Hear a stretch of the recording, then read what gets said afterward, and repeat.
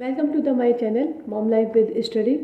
और थंबनेल से आप लोगों को पता चल गया होगा कि आज का जो है मैं आप लोग से बात करूंगी कि क्या आप लोगों ने रिवीजन स्टार्ट कर दिया है या नहीं। तो अगर आपने अभी तक रिवीजन स्टार्ट नहीं किया है तो ये आपकी सबसे बड़ी गलती हो सकती है, क्योंकि अब आपके एग्ज़ाम में बिल्कुल भी दिन नहीं है। ये वीडियो मैं शूट कर रही हूँ, आज जो है 9 नवंबर है। तो आज से लेकर 30 तारीख तक, यानी कि 7 तारीख को तो दिसंबर में आपका एग्ज़ाम स्टार्ट हो जाएगा। तो आप ये मान के चलिए कि 30 नवंबर तक जो है आपका रिवीजन कंप्लीट हो जाना चाहिए, और साथ साथ में आपका जो सिलेबस है वो कंप्लीट हो जाना चाहिए। अब आप कहेंगे कि अभी तो हमारा सिलेबस ही कंप्लीट नहीं हुआ तो हम रिवीजन कैसे स्टार्ट करें। लेकिन आप लोगों के पास बिल्कुल भी टाइम नहीं है। तो आप क्या करिए कि आप लोग जो है ना अपने समय को 2 पार्ट में डिवाइड कर दीजिए। एक पार्ट ऐसा रखिए जिसमें आपको जो है नई चीज़ें पढ़नी है, जो चैप्टर आपको कंप्लीट करना है, करंट अफेयर पढ़ना है, जो भी आपको पढ़ना है वो चीज़ें जो आप कंटिन्यू कर रहे हैं उसको कंटिन्यू आप करते रहिए। साथ साथ में उस दिन में आप जो है अपना एक रूटीन चार्ट बना लीजिए कि आपको क्या क्या चीज़ें आपने पढ़ ली और उस चीज़ों को आपको रिवीजन करना है। तो मैंने जैसे कि अपने टाइम में इस तरह से जो है मैं बना लेती थी पेपर पे। जैसे एक पेपर पे मैं लिख लेती थी कि आज जो है 7 डे का ये मैं बनाती थी। आप लोग चाहे तो जल्दी जल्दी अगर कवर करना है तो कम कम दिनों का ही बनाइए। जैसे 4 दिन का बना लीजिए टारगेट, क्योंकि जैसे 7 दिन का बनाते थे तो आप कवर कीजिए, मतलब कोशिश कीजिए करने का, लेकिन मतलब कम दिन का ही 4 दिन का बनाइए टारगेट। कि इस एक पेज पे लिख लीजिए कि आपको आज के दिन में, जैसे 9 नवंबर है तो आपको क्या क्या नई चीज़ें पढ़नी है, ठीक है। दूसरे पेज पे आप लिख लीजिए कि 9 नवंबर है तो आपको क्या क्या चीज़ें रिवीजन करनी है।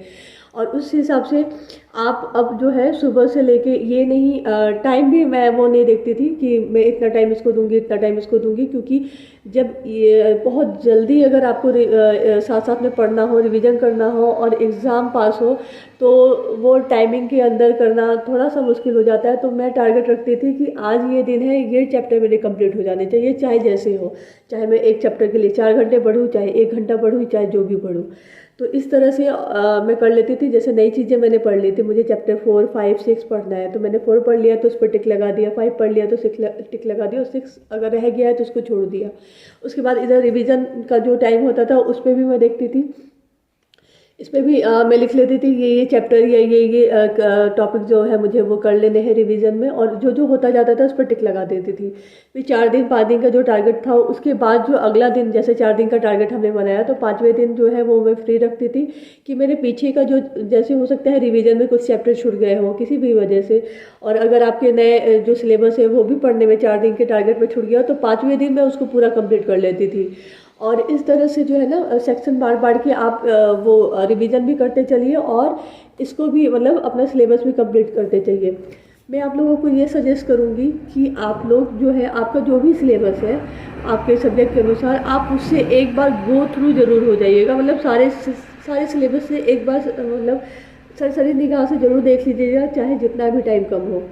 और दूसरा चीज़ मैं ये सजेस्ट करूँगी कि साथ साथ में रिवीजन करना शुरू कर दें। 30 नवंबर तक का अपना टारगेट रखें कि 30 नवंबर तक आपको रिवीजन और सिलेबस दोनों कंप्लीट कर लेना है, क्योंकि जैसे जैसे एग्ज़ाम पास आएगा ना वैसे वैसे आप लोगों पे प्रेशर बढ़ते जाएगा। और फिर अगर काफ़ी चीज़ें छूट जाएंगी तो 1 से 6 नवंबर के बीच में बाय द वे कुछ टॉपिक छूट गए हैं, कुछ आपको रिवीजन करना है, कुछ याद आ रहा है, या कुछ नई चीज़ें ऐसे दिख गई आपको कि अरे ये हमने पढ़ा नहीं, ये पढ़ना बहुत ज़रूरी है, तो वो क्या कर लेंगे ना कि आपके पास 6 दिन का टाइम होगा तो आपको ये रिलैक्स फील होगा कि चलो मेरे पास अभी 6 दिन है तो मैं इन दिनों में ये चीज़ें कर लेंगे।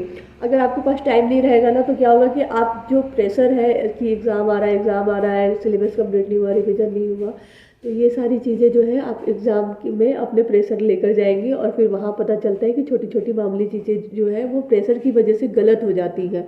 तो इसलिए, और रिवीजन करने से ये होता है ना कि आप रिवीजन कीजिएगा तो आपको अंदर से कॉन्फिडेंस होगा कि हाँ हमने जो पढ़ा है उसको हम दोबारा देख कर आए हैं, रिवीजन करके आए हैं, तो हम जो है कॉन्फिडेंट है कि एग्ज़ाम में जो वो आएगा तो हम करके आएंगे, एक कॉन्फिडेंस होता है। तो इसलिए रिवीजन भी कीजिए साथ साथ, और बिल्कुल भी प्रेशर फील मत कीजिए। अगर टाइम आपके लिए कम है तो सबके लिए कम है, ऐसा नहीं है कि सिर्फ आपके लिए कम है, सबको इसी तरह से गुजरना है।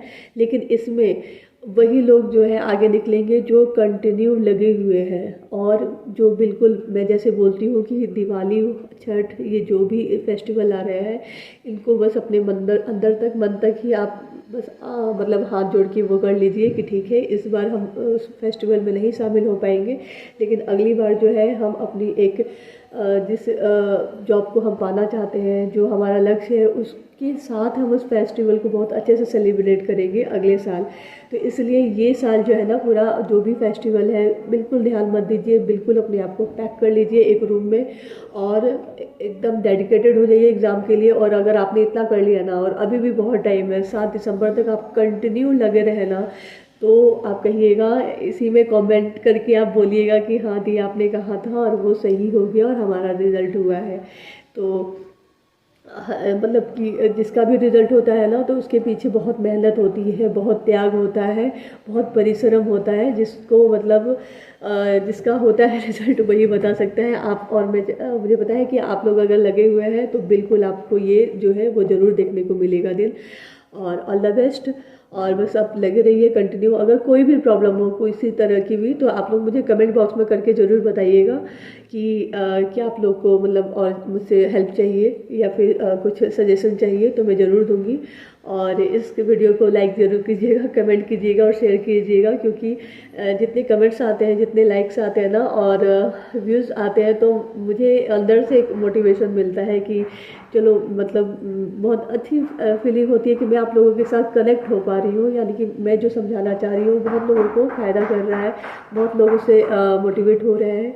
और बस थैंक यू।